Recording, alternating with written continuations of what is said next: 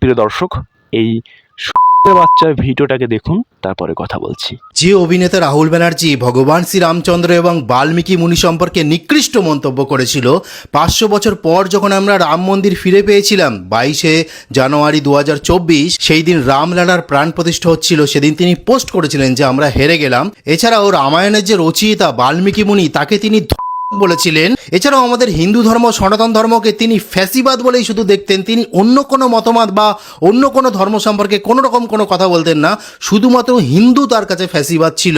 সেই অভিনেতা রাহুল ব্যানার্জির গতকাল মৃত্যু ঘটেছে দুর্ঘটনাবশত। আমি জানি এই ভিডিওটি একটি বিতর্কিত ভিডিও হবে, কিন্তু আমি সেটার জন্য ভিডিও বানাইনি।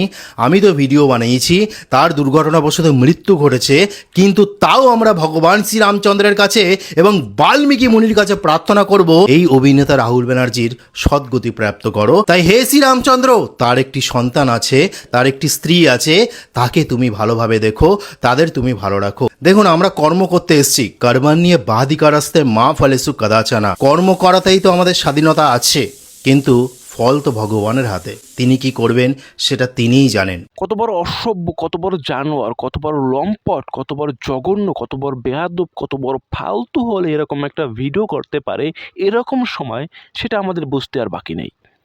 কত বড় জানোয়ার, কত বড় অসভ্য, একবার ভেবে দেখুন একবার।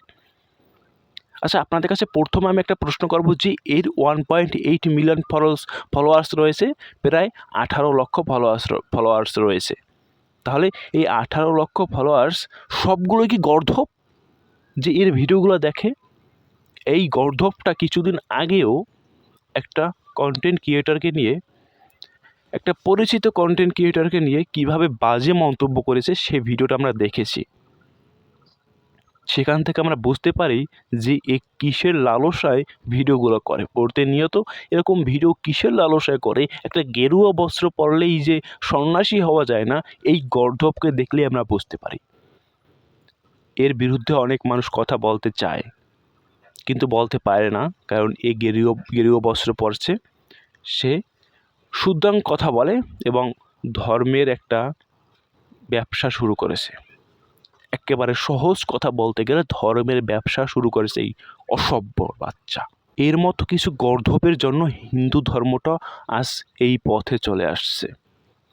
আমি 100% শিওর দিয়ে বলতে পারি আপনাদের, এই গর্ধব যদি আমার সামনে কখনো বাজে, আমি কিছু একটা করে ফেলবো।